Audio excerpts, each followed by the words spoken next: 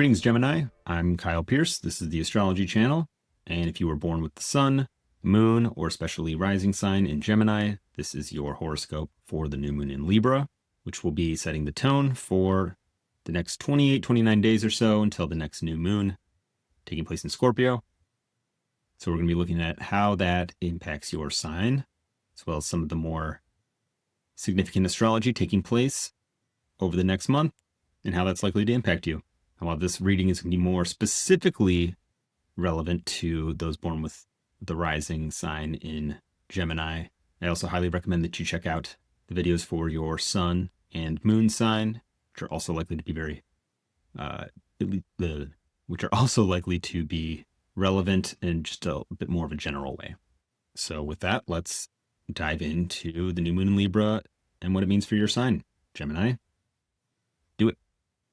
So this new moon is going to be taking place in your fifth house, Gemini, which means that a seed of intention has been planted relating to your children, if you have them, perhaps your creative endeavors, if you are a creative type person, or potentially your hobbies, just things that you do from a place of passion, things that you enjoy, that you like doing.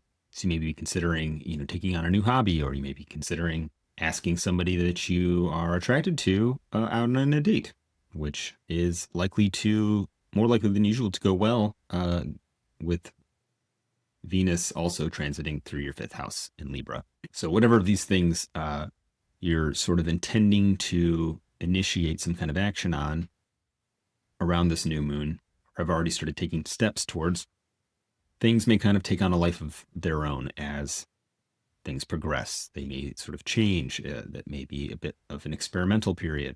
You may just be wanting to try new things, maybe be feeling a little bit restless. And so part of your intention is just to kind of maybe dabble in different social groups, or maybe do a few things that are maybe out of character for you, which, you've earned it, Gemini. You've been working hard. And with Jupiter going through your second house, it's possible that you've had some improvement in your financial circumstances. Maybe you've had to take on additional responsibilities at work, or there's just been a general state of chaos taking place within your work life that you've been kind of having to manage, that's maybe been requiring a lot from you, and you maybe want to just blow off some steam. Now, also during this new moon, there has been a Mars-Mercury conjunction taking place in your sixth house. So Mercury is your ruling planet. It's the planet that rules Gemini.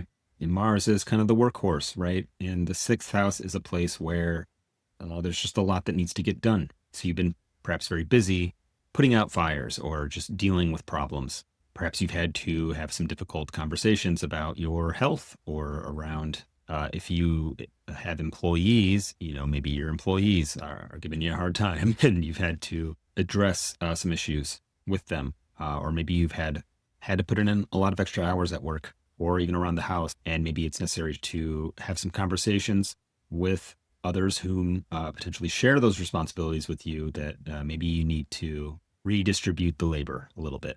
And if some of those conversations maybe kicked up some dust, maybe they stirred up some ill will from you or towards you, or revealed some deeper seated issues that may require a more long-term plan to address.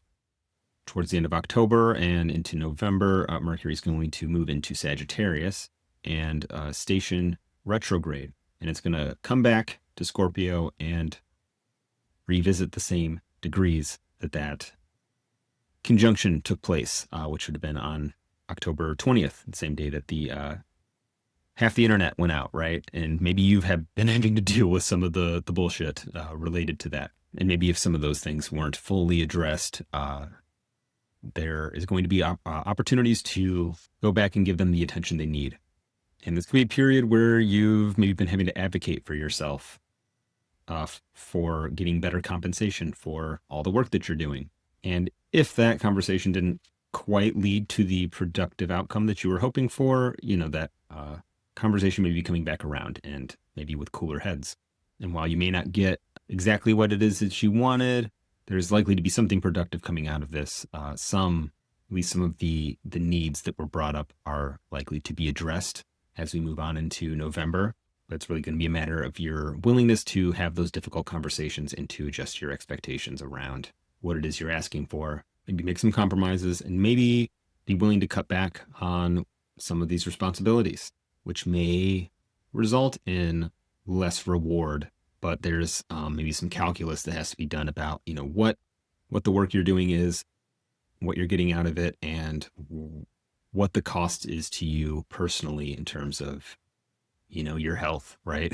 If you're working too hard, you're potentially not taking care of yourself. And maybe part of what is necessary right now is to scale things back a little bit to find a better balance between your work and your ability to do fun things, to do, fifth house things that you enjoy. And that may involve identifying some dead ends maybe that you've been chasing related to your career or related to some of the responsibilities that you have taken on.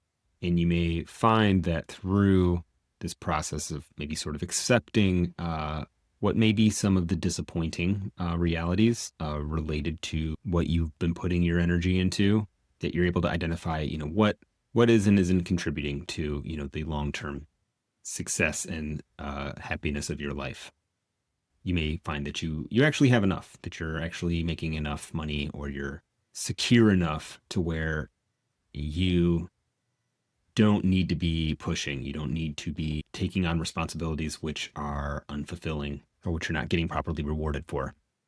So, be willing to, if you're entering into negotiation of some kind, be willing to step away, be willing to say no, be willing to push away responsibility, even if it kind of means accepting that something was a dead end. You don't want to fall into the sunk cost fallacy where you keep eating shit basically because you think at some point it's going to materialize. And, there may be certain things which have come out of all the extra responsibility that you've taken on, but it's sort of time to say that you've paid your dues and you want what you deserve. You want what's due to you, and you've already put in the work. You don't, need to keep proving yourself. And you may find that if you're willing to play hardball a little bit, you may actually end up getting a more sustainable deal, which may not be everything that you dreamed of, but it may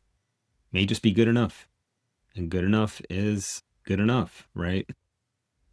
Sometimes good enough is pretty damn good. So that's the main thrust of what I have for you, Gemini. Go have some fun.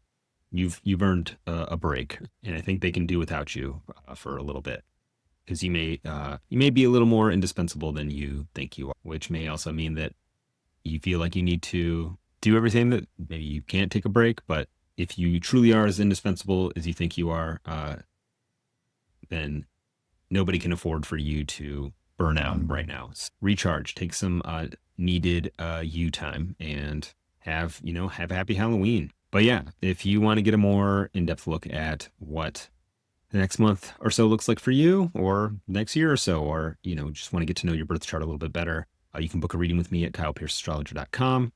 I offer natal consultations. I offer synastry readings. I offer planetary remediation readings, where we identify planets which represent challenges in your life that would perhaps benefit from improving your relationship with that sphere of life.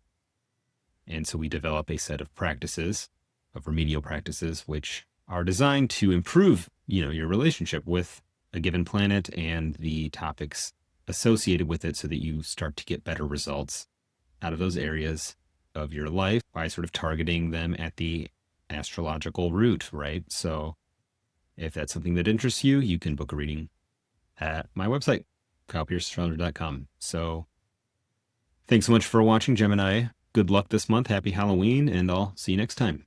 Ta-ta for now.